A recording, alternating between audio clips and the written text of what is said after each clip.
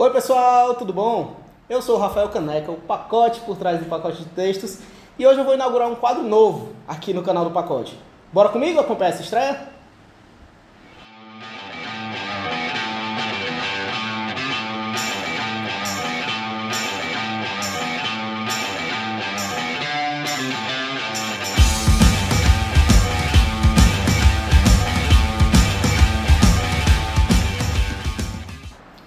Fala galera, tudo bem com vocês?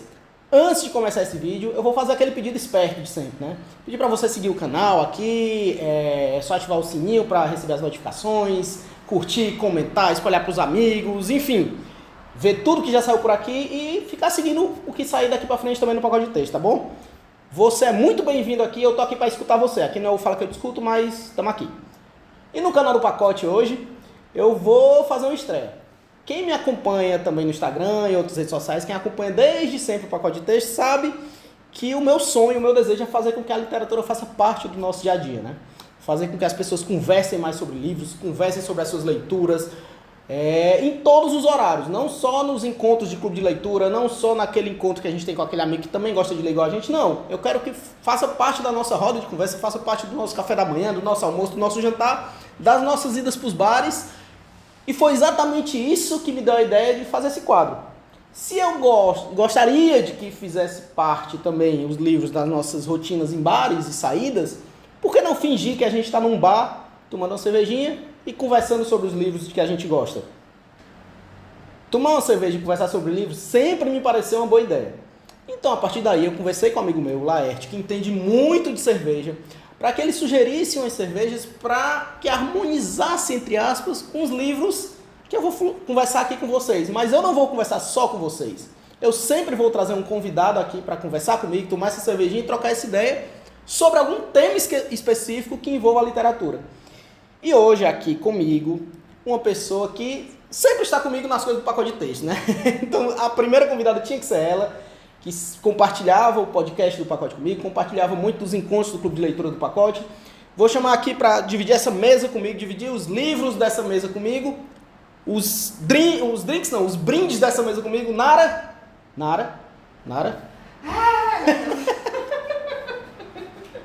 Não, aqui cortou, né? Pode cortar. Cortou. Já. Não tem cerveja ainda. Ainda não tem cerveja não, mas seja bem-vinda. Hoje a gente vai falar aqui, a gente escolheu um tema desse primeiro episódio. A gente vai falar sobre uma festa que está começando hoje, porque nada melhor do que a gente começar a tomar uma cervejinha, falar sobre livros, falar sobre literatura e falar sobre uma festa que envolve a literatura, que é a Flip. Não, é a Flip. Ainda não é a Flip. Eu não sei nem o que é Flip, tá, pessoal? Mas é a spoiler. Flip que está começando hoje lá em Paraty, a edição de 2022. Que esse ano vai ter uma autora homenageada, que a gente vai falar um pouco sobre o livro dela, vai ter uma Nobel de Literatura, que a gente também vai falar sobre ela, e a gente vai, esse papo, como eu já falei aqui, vai ter que ter um pouquinho de cerveja, né? Então, para te dar as boas-vindas, Nara, você primeiro fala alguma coisa aí, que daqui a pouco eu trago a primeira cerveja pra gente, tá? Eu vim pra beber, né? Me chamaram pra tomar uma cerveja, gente, aí me botaram pra trabalhar assim, né? Mas tudo bem. Eu falo que eu me apresento. Pode se apresentar, fica à vontade. Então, sim, pra quem não tá já enjoado de saber, porque eu tô sempre pendurada no cangote deste rapaz, Gabi, você entendeu o que eu quis dizer? Eu sou a Nara Barreto, sou psicóloga, sou mediadora de leitura, sou apaixonada por literatura desde muito cedo, adoro conversar sobre livros, como psicoterapeuta feminista e biblioterapeuta, ou seja, eu trabalho com livros, utilizando, né, como técnica, como recurso psicoterápico. Então, eu estou muito imersa sempre nas leituras, nos debates sobre literatura, enfim, literatura e sociedade, que é um tema que eu gosto de estudar. Então, é um prazer estar aqui mais uma vez, né, amigo, para a gente falar sobre autores incríveis, gerar algumas polêmicas, porque, já disse, né, não me chame se não for para causar um certo baldeamento na região. Né? E tô ansiosa para saber do principal, né? Bom, vamos lá. Vou pegar o primeiro aqui antes de começar. Pronto, Nara. Seguinte.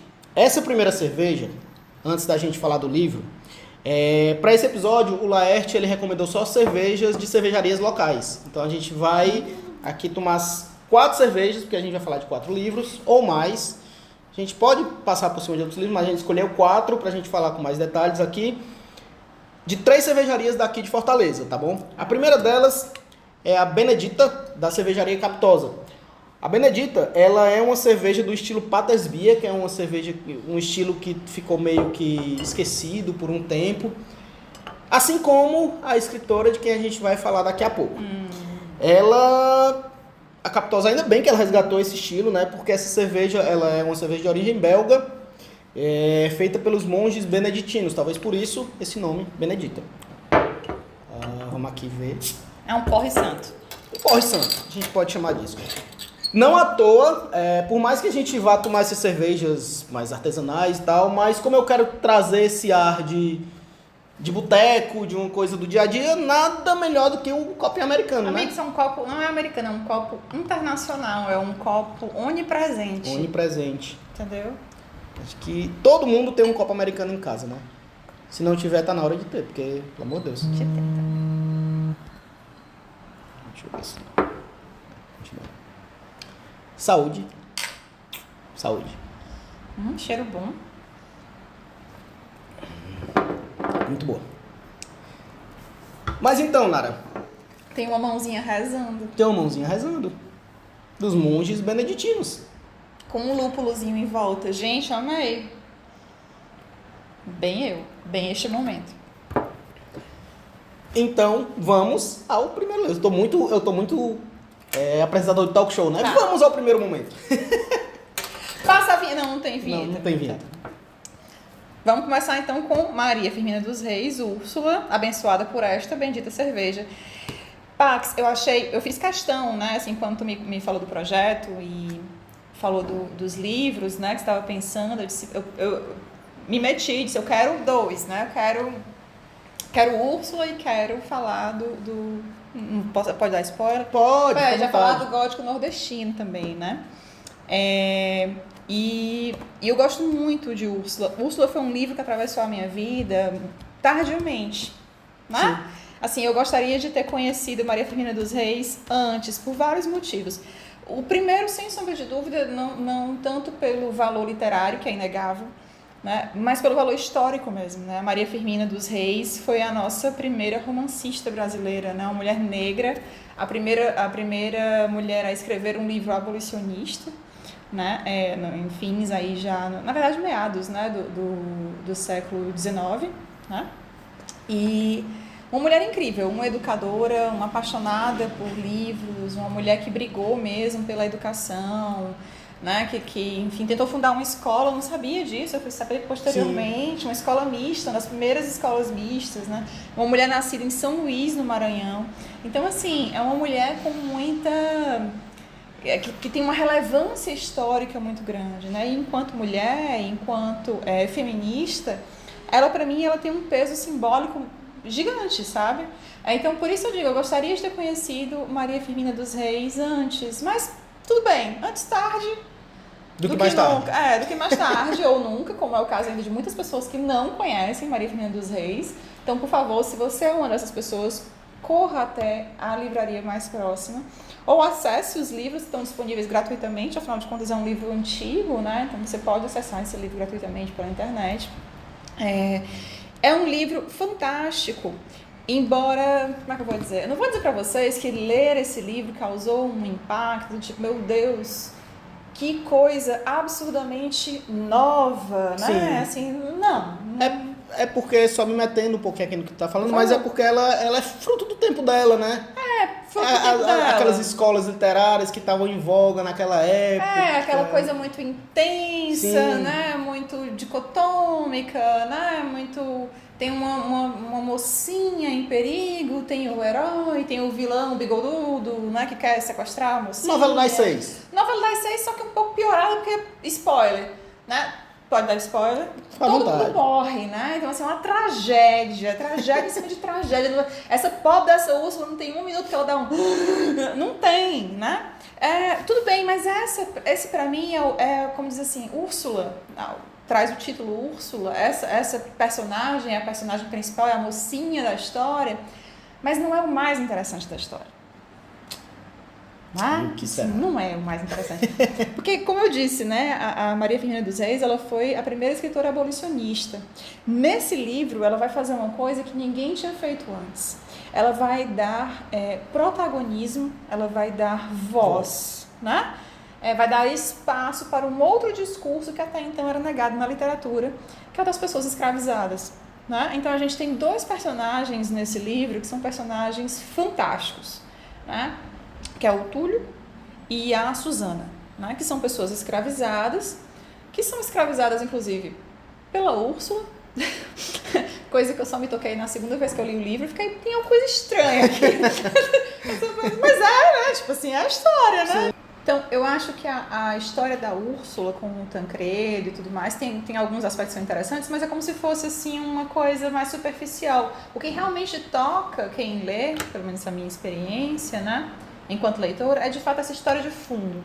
Sim. Né? Qual é a história? Né? Eu acho que eu estou falando aqui desse livro, acho que eu preciso apresentar esse livro para vocês. Então, Úrsula é a história de uma moça que vive com a sua mãe, que está prestes a morrer, né, uma moribunda, está numa casa, num lugar ermo, num lugar afastado, e um viajante, né, sofre um determinado acidente a cavalo, e ele é resgatado pelo escravo da casa, pelo Túlio, é levado até a casa de Úrsula, né, com a mãe, que mora com a mãe. Eles cuidam desse sujeito e eles acabam se apaixonando e tudo mais.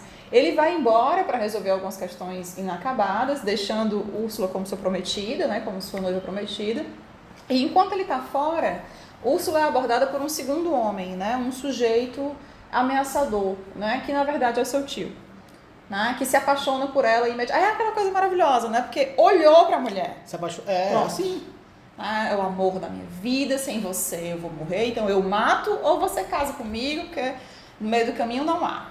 Né? Então, são essas coisas muito exageradas que tornam a coisa meio novelesca mesmo. Né? Joaquim Manuel de Macedo, que a gente aprende na época da escola, né? Aquelas coisas bem romance romântico. Mas exagerado até. Sim. Né? Aí, nesse sentido, é um pouco cansativo, mas é como eu estou te dizendo, a história por baixo, né? A história que sustenta essa narrativa, né? Essa narrativa que se apresenta, ela é mais interessante. Por exemplo, o trecho, né? O capítulo em que Susana se apresenta.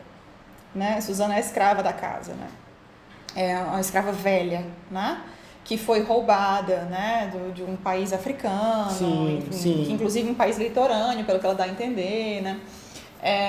Ela é sequestrada, ela era uma mulher casada, ela tinha uma filha, né? Tinha uma mãe que ela amava. Então a narrativa, nossa, eu tô toda arrepiada lembrando. A narrativa dela, falando desse sequestro, do sofrimento que foi, da luta e da resistência das pessoas que vieram com ela no navio, né? Da morte, do assassinato, da tortura. Então, o discurso da Susana é um discurso, assim, de comover, sabe? É impossível não ter empatia diante do sofrimento daquela mulher. Né? É claro que a gente empatiza com Úrsula enquanto uma mulher que sofre violências, né? Uma mulher que naquele tempo, de fato, a gente está dizendo que é um certo exagero, mas Úrsula era uma mulher totalmente vulnerável às vontades dos homens ao seu redor. Claro que sim. Né? É claro que sim. Mas Susana é uma personagem que, ao meu ver, ela tem mais consistência, né? Ela tem mais peso nessa história, né? Enfim, e ela acaba esquecida. Né? Ela acaba esquecida, ela acaba morta também, acaba, enfim, torturada, né? Enfim.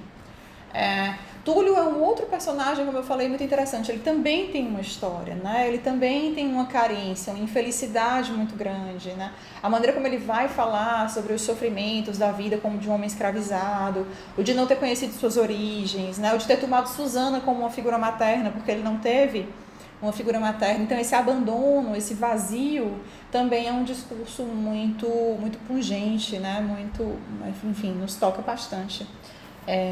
Quem se atreve a ler Úrsula.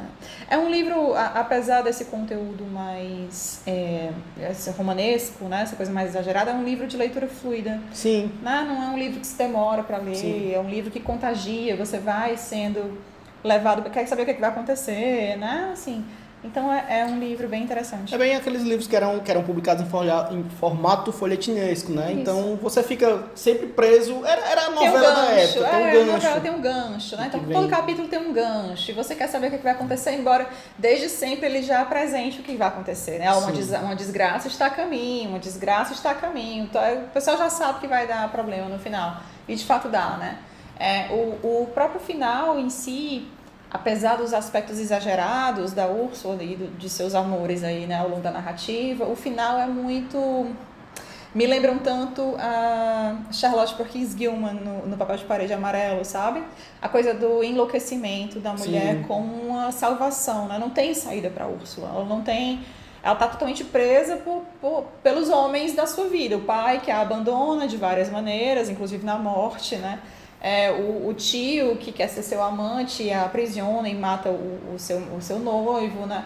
O noivo que a deixa vulnerável de várias formas também, em vários momentos. Então a loucura é a saída, né? A loucura e posteriormente a morte. Então esse é um final que na literatura, né, para nós mulheres, principalmente durante esse período, ele não é um final novo, não é uma novidade.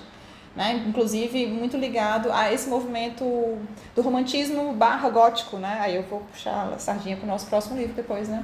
Essa coisa da mulher é tipo o frango da literatura nessa época, né? Ela tem que morrer a todo custo, porque só tem graça a história aparentemente se for assim, porque senão parece que não tem graça, né? Sim. Salvo algumas exceções. E é interessante, assim, a gente ter começado pelo Úrsula. E aí foi proposital mesmo, porque eu quis botar o livro da autora homenageada pela Flip. A Maria Firmina dos Reis é a atual homenageada da Flip, porque ela, como eu falei, até da cerveja antes, ela foi uma mulher esquecida durante muito tempo. A memória dela só foi ser resgatada, sei lá, em meados da década de 50, 60, 70, né, do século passado. Foi um pesquisador. Então, assim, e é necessário mesmo fazer esse resgate porque, como a Nara falou, ela foi a nossa primeira romancista que escreveu romance importantíssimo, que traz logo esse tema do abolicionismo também, antes do tempo, né, abolicionismo antes do tempo, digamos assim, antes da abolição da escravatura, e eu acho que não podia começar de outra forma essa nossa conversa, essa nossa cerveja, enfim, né? Eu posso dar só uma esticada. Eu sei que eu falo fica à demais. vontade. Mas aí tu edita.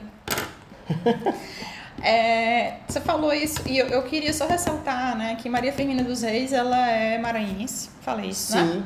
né? E que, de fato, a primeira mulher que escreveu um livro abolicionista. E eu tenho uma outra mulher para colocar dentro desse encadeamento que a gente vai fazer aqui, pelo menos eu vou tentar puxar ao longo da nossa discussão.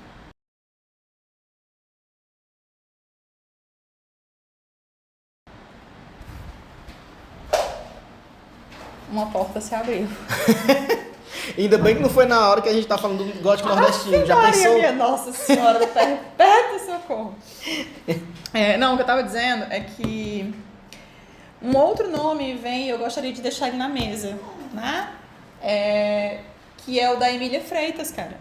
Sim. A Emília Freitas, diretamente de Jaguaruana, em 1899, um tanto depois de Úrsula, né? Sim. Ela vai escrever A Rainha do Ignoto, que foi o primeiro livro de fantasia, de ficção científica do Brasil. Sim. Né? Então nós temos aí uma maranhense e nós temos uma cearense fazendo história.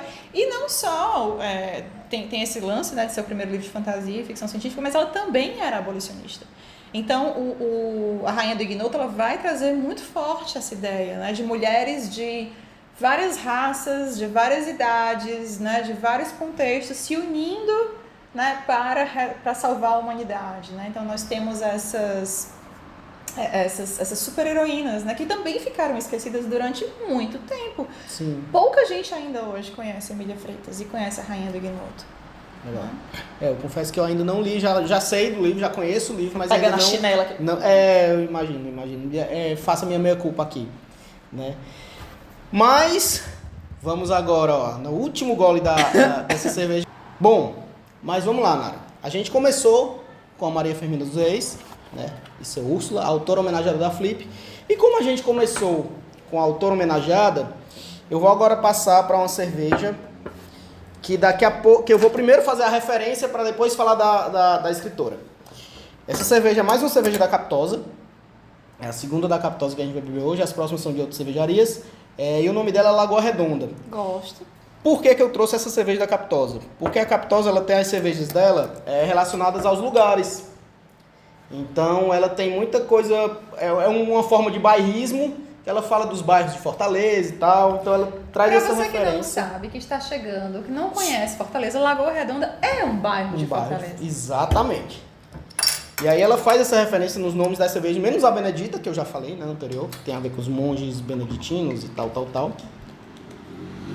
Essa é mais escura ou é impressão minha? Essa é uma American IPA. Uma American IPA ela acaba sendo mais aromática e tal. Tem um cheirinho de fruta. Um amargor melhor. A IPA pra mim é o melhor estilo de cerveja. Mas a IPA, não a American IPA. Uma IPA.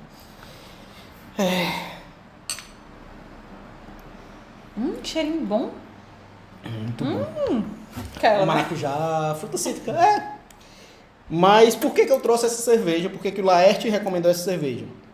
Porque ela faz referência aos lugares de Fortaleza. E quando eu falei com ele, eu falei, olha, a gente vai falar sobre Maria Firmina dos Reis. Ele recomendou a Beneditina, aliás. E a segunda autora que eu falei para ele é Annie Ernaux, a Nobel de Literatura, que tá também na Flip desse ano. Foi convidada antes de receber o Nobel.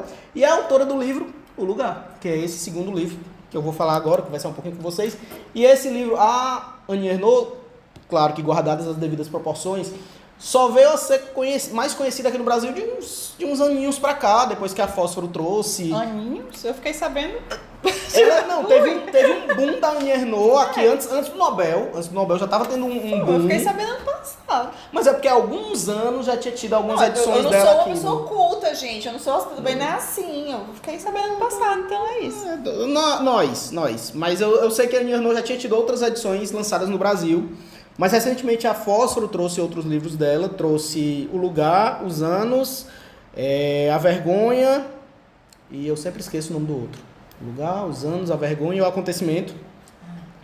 E eu escolhi começar por O Lugar, porque foi recomendado em vídeos e tal, que você começasse pelo Lugar, depois passasse para A Vergonha, depois passasse para O Acontecimento e o último seria Os Anos. Por quê?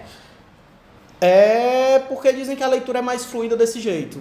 Diz que a leitura dos Anos é mais arrastada e os outros não, os outros são bem mais fluidos. Tanto é que esse Lugar você lê em uma sentada, são livros curtinhos, sei lá, 80 páginas esse Lugar. E o Lugar ele fala, e aí é por isso que eu trouxe essa cerveja que fala de um lugar também, fala sobre a cidadezinha da França em que é porque Annie Ernaux, voltando um pouquinho, ela é uma autora que ela se classifica como autossociobiografia. Ela classifica sua obra como autossociobiografia. Então ela escreve um pouco sobre a sua vida, mas com isso ela faz um recorte de toda uma sociedade, que era a sociedade em que ela estava inserida, com sua família, com seus pais, sua mãe e tal. Então a partir daí ela vai fazer um retrato daquele interior em que ela vivia, que parece muito com qualquer interior cearense, qualquer interior nordestino. Então eu fui lendo e ela vai fazendo vai trazendo essas lembranças dessa França pós-guerra, nesse lugar bem peculiar mesmo, bem no interior da França. E ela vai trazendo a lembrança de quando ela foi se tornar uma professora e tal. E o pai dela, ele vai aparecendo no que ela escreve, uma pessoa bem rude, bem, sei lá, não lapidada, não lapidada. Mas ele não tem interesse mesmo em adquirir esse conhecimento, e para ele, ela se tornar professora, ok. E ela vai falando sobre esse lugar, mas não só o lugar como sítio, mas o lugar que eles ocupavam na sociedade. Então eles estão ali, naquela cidadezinha do interior, e quando eles vão para uma cidade eles se sentem deslocados, porque eles são os interioranos que foram para uma cidade maior e se sentem daquela forma, meio afastados. Então é isso que a Annie Ernaux escreve nesse livro, O Lugar. No livro A Vergonha, ela vai falar sobre o episódio de violência doméstica, quando o pai dela agride a mãe dela. E aí os anos são alguns anos que se passam também nesse período de guerra. E o acontecimento eu confesso que eu não sei. Não é o do aborto? É o do aborto? Eu não sei, eu confesso que eu não sei isso. É o do aborto bom, não sei se ela faz, né? Assim, enfim, eu não li Annie Ernaux, pra ser muito sincera. Tenho muita vontade de ler O Acontecimento. Entre as minhas colegas, e principalmente as minhas colegas psicólogas, né? O pessoal tem comentado muito desse livro, diz que tem um impacto muito interessante, porque ela tem são os porta-copas. Né? Ela tem, de fato, essa entrega, né? na escrita. Eu desconheço. Mas isso que você falou faz muito sentido, pelo que eu tenho escutado, né? Como é uma escrita autossociobiográfica. Autossociobiográfica. Adorei essa expressão. Né? Eu acho que é uma expressão que pode ser explorada por tantas outras autoras. Né? Eu fico pensando muito, por exemplo, a Clarice. A Clarice tem um movimento similar, né? Talvez similar, não igual, similar, sim. Né? Porque a Clarice ela se entrega muito nas escritas dela e acaba falando um tanto, né, escorregando ali nas entrelinhas, um tanto da história de vida dela, como também uma análise, né, assim, uma contestação também do ambiente em que esses personagens estão. Eu adorei essa expressão. Adorei. Eu fico pensando muito na Conceição Evaristo também. Sim, né? Naquele conceito da escrevivência, da escrevivência, mais uma vez, né, como uma coisa similar, não estou falando que é igual. Sim. Mas eu gosto desse lance, né, da autora que, como é que a Clarice diz? Ela diz, se permite... ai, meu Deus, ela tem uma frase muito linda que diz assim, né, que é como se ela tivesse aberto a vida para o leitor, né? Então ela diz assim, aprende de mim, né? Que tive que me abrir aqui, né? Que estou me abrindo para vocês. Né? É uma paráfrase, não estou lembrando a frase exata. Mas eu acho muito corajoso esse estilo de escrita, sabe? Mas lembrando que, como eu estava até conversando um dia desse com a Bárbara do Beijo Barbari, falando sobre Annie Ernaux e tal, e falando sobre esse conceito da autossociobiografia, que tem uma pessoa que eu estava lendo quando eu estava estudando sobre a Annie Ernaux, e ela estudou a obra da Annie Ernaux e fala que ela, a estudiosa, contesta esse termo de autossociobiografia que até a própria Annie Ernaux usa para a obra dela. Não, se a mulher está se intitulando assim, quem sou eu para dizer que ela não é, né? Mas... Eu não tenho essa audácia, mas eu sou muito a favor das críticas e das não sei o que, discordo, bate a mão na mesa e diz, não é assim, tá ótimo, né? Acho que a Annie Ernaux também não ia se incomodar muito, não. Provavelmente ela arquearia a sobrancelha e diria, Então, né? Por falar nisso, a gente vai entrar em polêmica ou não vai entrar em polêmica? Tá demorando, né? Não, é porque, falar em Annie Ernaux, soube antes dessa flip, de uma polêmica que teve, que vazou aí nas redes sociais, teve uma notícia que, segundo consta, um passarinho contou que a Annie Ernaux tinha dito que só viria pra flip se dividisse a mesa com certo fulano, tendo afirmado que o melhor livro que ela tinha lido brasileiro desse ano tinha sido desse certo fulano. Tu ficou sabendo dessa história? Fake news! Fake news! Rapaz, a Fósforo lançou, foi uma carta aberta, né? Foi? Assim, publicou, dizendo, gente, não é bem assim. A Annie Ernaux, ela não teve ainda né, assim, não foi sorteada ainda com a honra, né, de ler fulano de tal, mas não teve esse pedido aí, não. Mas constrangimento, né? Um pouco, talvez um pouco. Chegaram com essa história mesmo. Até a Annie Ernaux tá chamando fulano pra sentar ao lado dela na flip e a gente não sabe quem é o fulano. E eu digo, realmente... Mas é um autor muito bom. Mas aí ela traz nesse sentido, né? De que a gente deveria conhecer o autor, né? E nisso eu super concordo. Mas aí o agente dessa pessoa precisa ser contatado, né? Porque esse tipo de marketing é um marketing meio... Acho que deu bom. Estamos falando dele, né? Estamos falando dele. Sem citar nomes. Sem citar nomes. Processo. Não, melhor não. Melhor não. Vamos agora para a terceira cerveja. Vou terminar esse aqui assim, ó. Não, mas vai dar bom. E aí essa cerveja é de uma cervejaria muito boa. Acho que é uma das primeiras micro cervejarias artesanais aqui de Fortaleza, que é a 5 Elementos. 5 Elementos, ela tinha outros rótulos, agora essa é da nova identidade visual deles. Bonita. Eles fecharam a fábrica deles, mas continuam fazendo como uma cervejaria cigana, produzem agora em São Paulo e tal. E aqui eles produzem em outras cervejarias, mas essa cerveja aqui é uma American Pale Ale. Essa que a gente tomou anteriormente é uma American Pale Ale. A anterior era uma American IPA, e ela também vai trazer um pouco desse cítrico, mas bem menos. Sim, mais leve e tal. A outra tinha um cheirinho mais... Mas essa tem um cheiro É gostoso. porque essa vai também. mais rápida. Peraí, deixa eu ver. Vai. Mas por que Essa que é eu perigosa. disse isso? Essa é perigosa. Perigosa, porque essa pede mais gole. É uma coisa que vai rápido e vai pedindo um gole atrás do outro, um Vai. atrás do outro. Mas sabe por que que essa foi a cerveja escolhida? Porque o próximo livro que a gente vai falar é da Cidinha da Silva, Um Exu em Nova York. Um livro com contos curtíssimos, são 19 contos, e dessa autora que é pouco lida aqui no Brasil, né? Aqui no Brasil não, ela é uma autora brasileira, mas é pouco lida por nós mesmo. A gente esse ano leu esse livro no Clube de Leitura da Sublime, né? Foi. Eu infelizmente não estava presente, mas eu li. É um livro muito bom, é um livro que tem esses contos curtos que falam bastante sobre sobre as religiões de matriz africana, sobre personagens negros, sobre essa diáspora africana, sobre o que ela chama de exuzilhamento, porque tem o encruzilhamento e tem o exuzilhamento, então ela usa muito esse termo nos textos dela. E como eu falei, são textos curtos, às vezes de 1, 2, 3 páginas no máximo, os contos maiores têm 5 páginas, sei lá. E eles trazem muito essa experiência da população negra, da população que segue essa religião de matriz africana mesmo. E É muito massa, né? A Cidinha, ela tem ela é bicha atrevida, bicha afrontosa, né? Eu gosto muito dela. Eu adorei esse livro, primeiro porque eu li e eu entendi, tipo, 15% dele na primeira vez.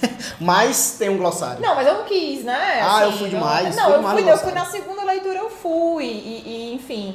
Mas eu terminei de ler, né? Entendi esses 15% e eu amei que eu tinha entendido 15%. Né? Ela sacode tudo. Ela praticamente diz assim, ó, meu amor, tá aqui, ó. Te vira. Né? Assim, sai desse teu lugar, né? Assim, de conforto, sai desse teu lugar, né? Tão centrado, autocentrado, né?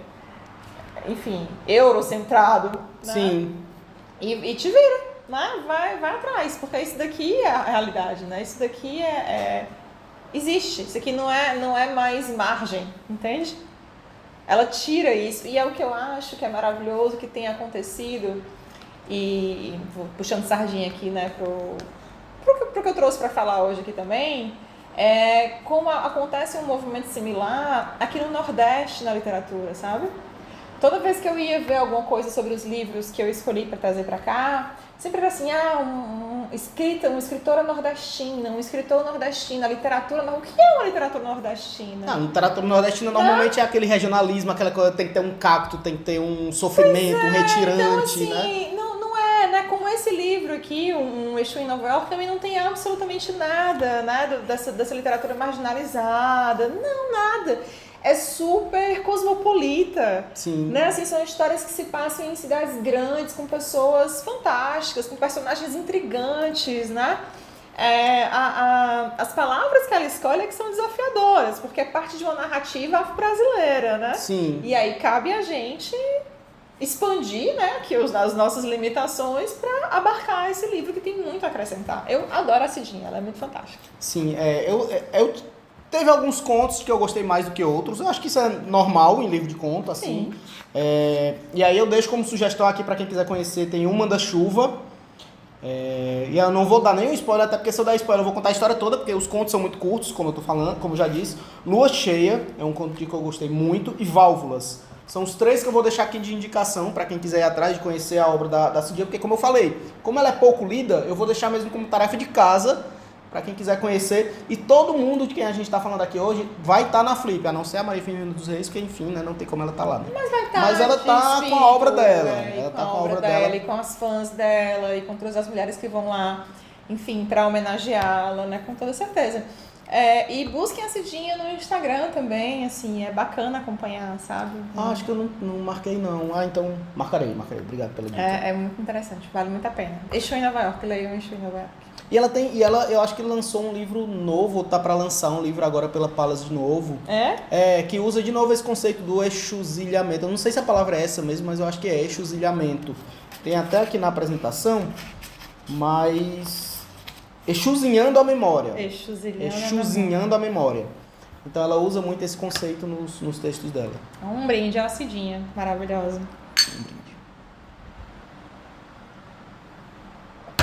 Pois então, agora vamos ao a derradeira cerveja. Mas, que tenha calma, senhora.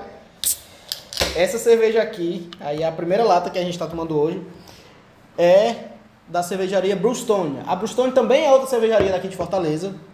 Ela tem cervejas próprias. E todo ano elas lançam cervejas em datas comemorativas, cerveja de Natal, cerveja de Halloween. E essa é uma delas. É uma cerveja de Halloween. Halloween. Do Dia das Bruxas, né? E ela é do estilo Imperial Stout, mas ela tem um adicional. Ela é uma Imperial Stout, como foi feita pro Halloween, ela tem um adicional de abóbora. Ou, pra gente que é daqui de Fortaleza, né, do Ceará, girimum. Girimum, o famoso girimum. Então, por favor, garota propaganda, Nara. Pronto. Quer que eu sirva? Vai. Eu sirvo.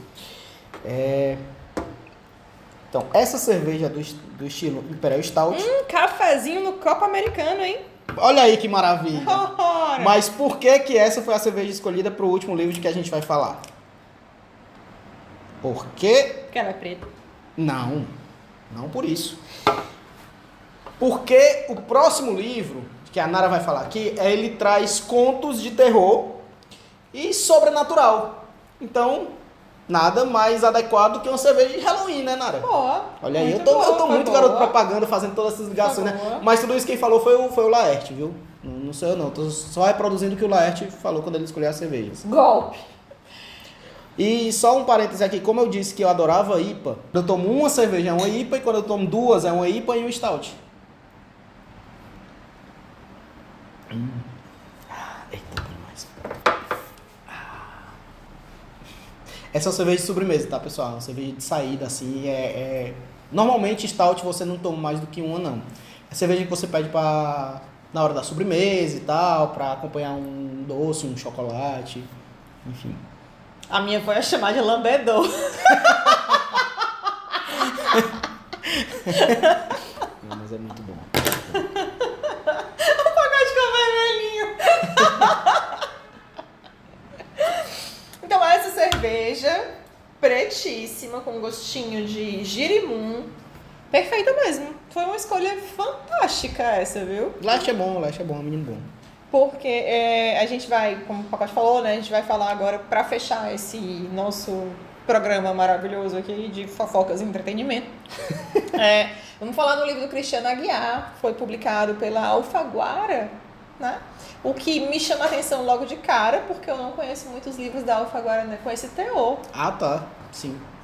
Assim, eu imaginava quando eu vi a capa, que é uma capa muito legal. Eu li no Kindle, gente, porque eu não consegui encontrar esse livro em nenhuma livraria aqui. Tá em época de Bienal, né? Terminou recentemente a Bienal aqui em Fortaleza. E eu rodei aquela Bienal. E uma amiga nossa comprou o último livro que tinha, né? Então, tipo... Nossa.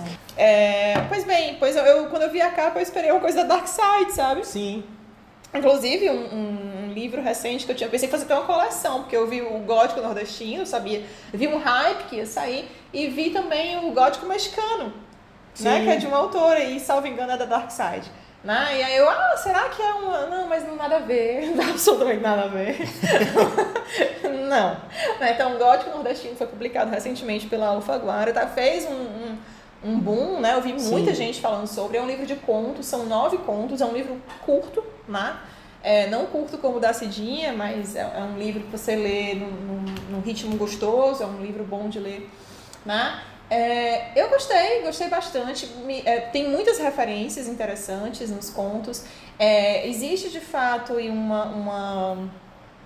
uma construção em cima de narrativas, flertando com o sobrenatural, com coisas, com o fantástico mesmo, com uma cidade que está dominada por onças, né? Enfim, muito interessante esse conto.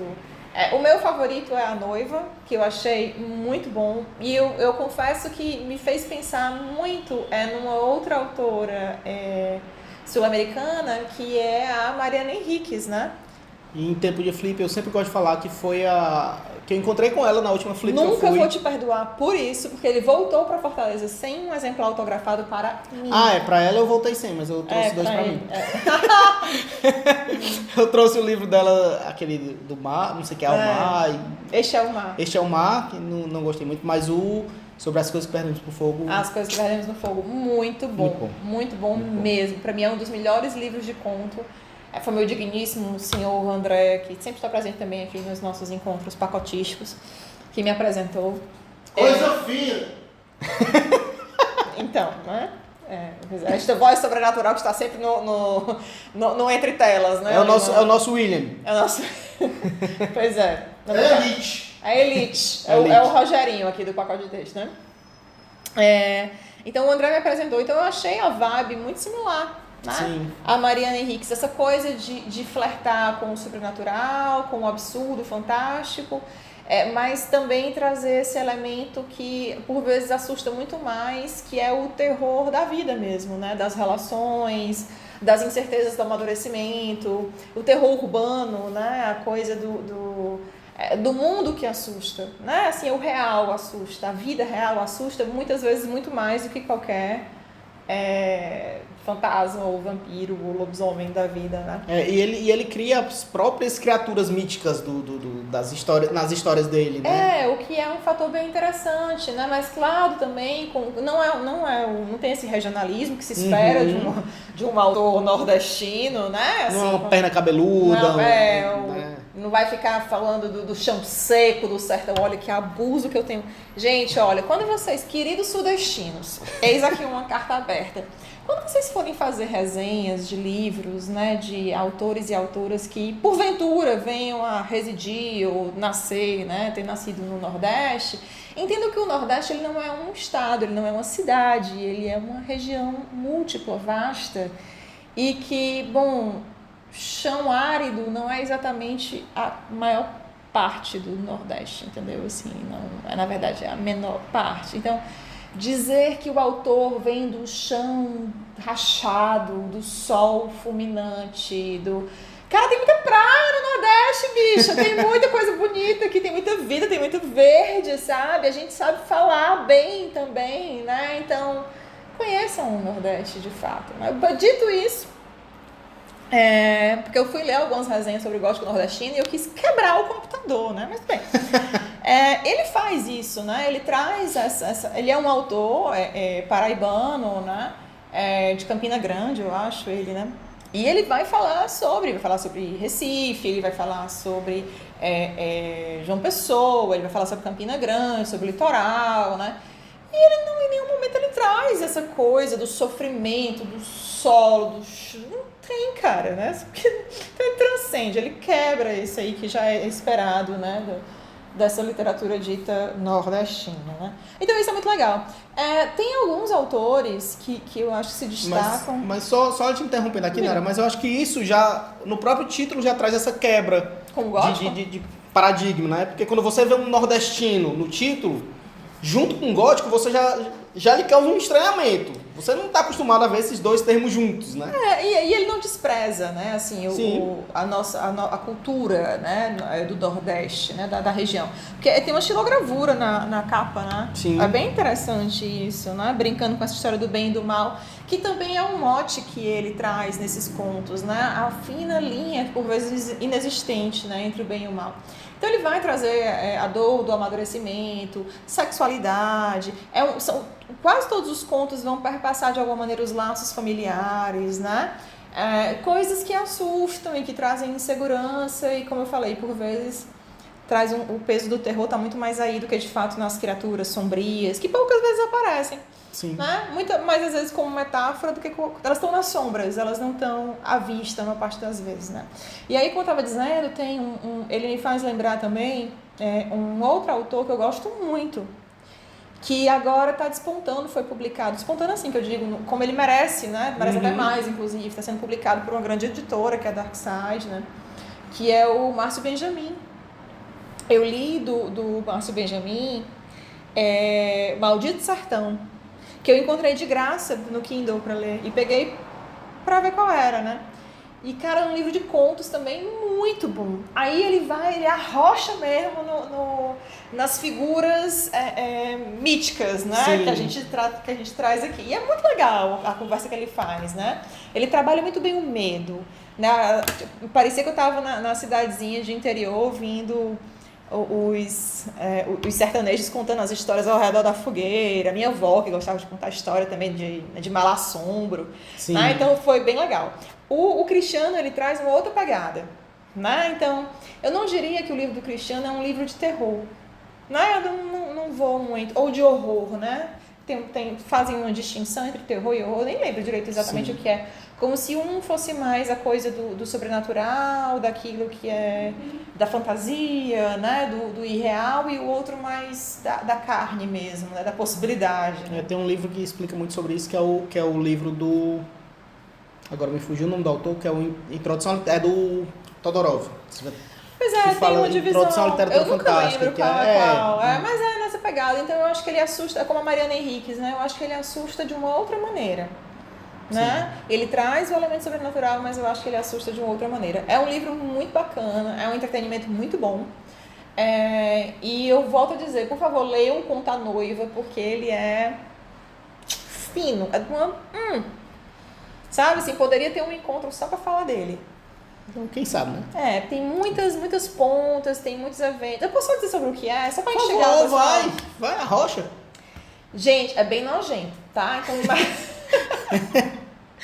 não, imagina, né? Tem quem conta a história é um senhor que tem um desmaio na frente de uma vitrine. E ele se recupera, o filho leva pra casa e ele começa a contar pro filho a história da vida dele, né? De um evento que aconteceu na infância. Quando ele era criança, no auge da ditadura militar, que aí é o que eu acho esse pano de fundo fantástico, né? A ditadura. E aí ele tem um grupo de amigos, e esse grupo de amigos está muito esquivo, assim, tinha acabado de acontecer uma coisa no bairro, que é o seguinte, uma família tinha sido sequestrada. E ele só disse sequestrada, mas a gente entende por que eles foram sequestrados, Sim. né? Então foram sequestrados, ficaram ausentes um tempo, ninguém sabia onde estavam, né? E isso cria um clima no bairro de muita incerteza, ninguém fala com ninguém, as crianças não saem muito para brincar, então tá um climão. Né? E esse climão transcende para os amiguinhos dele, né? Assim, ele tem 12 anos na época. Né? E ele percebe, ele sente, mas ele não sabe o que tem de errado. As pessoas não falam sobre isso. Né? E um dia essa família volta, mas o povo volta assim, cheio de questões, enfim. Né? E aí depois some completamente. Então esse é o contexto da história. E aí esses amigos estão muito arredios, o pessoal está meio esquisito, tem um afastamento. Mas um dia os amigos dizem, vem cá, a gente tem um segredo para te contar. Né? E ele querendo provar que era macho, eu vou saber que segredo é esse, vai ver qual é. E aí ele acompanha os amigos até uma casa abandonada, e nessa casa tem um corpo de uma mulher. Né? Um corpo de uma mulher já em algum estágio de decomposição. Né? E esse bando de crianças está meio que idolatrando esse corpo, é um corpo nu de uma mulher, né? Uma mulher jovem. E eles fazem um véu e uma grinalda de espigas de milho, um lance desse. Aí botam presentes, oferendas ao redor dessa mulher. Ela tá encostada, assim, 2 pedaços de madeira. Imagina a cena, né? E aí ele vai descrevendo o corpo, e aí diz que o corpo tá cheio de machucados, né? Que tem marcas de como se a mulher tivesse sido presa, né? Que tem um hematoma no pescoço. Então... a gente vai ligando o corpo dessa mulher a um momento histórico, né? Que ele está contando a história. E aí é muito interessante, porque esse grupo de meninos que está idolatrando esse corpo, há uma cisão entre eles, porque um grupo considera que esse corpo é profano, é um corpo de uma puta, e o outro grupo de meninos diz que é o corpo de uma santa. E aí eles entram em conflito. Sim. E aí tem um final e tal, que eu não vou contar. É muito bom. Sabe, assim, eu contando aqui, porque eu não tenho capacidade de síntese, ele parece ser mais longo, né? Mas ele é um conto curto, mas ele é tão bem estruturado e ele é tão cheio de detalhes que compõem a história, que, como eu estou dizendo, né? Eu gosto dessa escrita que não é focada, mas que ela tem aqui um campo, ela tem um fundo onde acontece que é tão ou mais interessante do que aquilo que se apresenta, né? Como frente, né? E esse conto faz isso, assim, pra mim é magistral, eu adorei, fiquei toda arrepiada, fiquei, ui, Não, que gastura. já tô curioso pra ler, assim que terminar aqui. Vou terminar a cerveja lendo esse conto. Eu tomaria a cerveja e depois leria o conto, porque é meio indigesto. Não tem problema não, aqui não tem tempo ruim não. Mas Nara, acho que com esse comentário, com essa sugestão de leitura aí, acho que a gente encerra por aqui. Até porque estamos terminando nossas cervejas, olha, 4 cervejas, 4 livros. Não sei se vai continuar nesse ritmo, tá, pessoal? Talvez diminua, porque, enfim. Eu tô batendo na mesa. Mas eu achei muito legal e eu acho que isso é o que falta. Não é porque eu tô fazendo, mas eu acho que é isso que falta no nosso dia a dia mesmo. A gente trazer as conversas sobre livros pro nosso dia a dia mesmo, para esses momentos mesmo. Momento de tomar momento de tomar um café, momento de almoçar, tomar um café da manhã. Enfim, a gente não fala sobre novela, não fala sobre jogo. Por que não falar sobre livros? Muito bem. Né? Então, obrigado mais uma vez. Eu que agradeço, eu adoro conversar sobre essas coisas. Vocês veem que é um papo meio doido, meio torto, mas é bom assim, gente. É bom falar sem frescura, é bom falar de forma aberta, é bom falar para que vocês contestem, para que as pessoas digam, não acho não, acho ótimo, isso é maravilhoso, né? Eu sou muito partidária desse papo tranquilo, sabe, Paty? Sem palavras difíceis, Sim. sem não... A gente fala do que nos é atravessado, do que a gente sente, do que a gente, enfim, do que a gente gosta, do que a gente não gosta, e a graça tá aí. Então, muito obrigada pela confiança, por me convidar para tomar essas cervejas maravilhosas. Bebíssima. Não, a intenção não era essa, tá? A intenção era só tomar uma cervejinha de leve e falar sobre livro. E eu agradeço a quem ficou até agora vendo a gente falar esse tanto de coisa sobre livro. Guerreirinhos! Falar sobre a Flip, já que a gente não tá lá, já que a gente não tá aproveitando a festa. Vamos bebendo, inclusive, por isso. É verdade. Por isso. Mas faço aqui mais uma vez o convite para, se você ainda não segue o canal do Pacote, seguir. Para quem não segue a Nara ainda, seguir a Nara. Não no meio da rua, andando atrás dela, tá? Mas segue nas redes sociais. Depois dessas leituras aqui, eu recomendo que não mesmo. Mas tô esperando vocês por aqui, tô esperando os comentários e até o próximo, tá bom? Valeu, pessoal. Fui!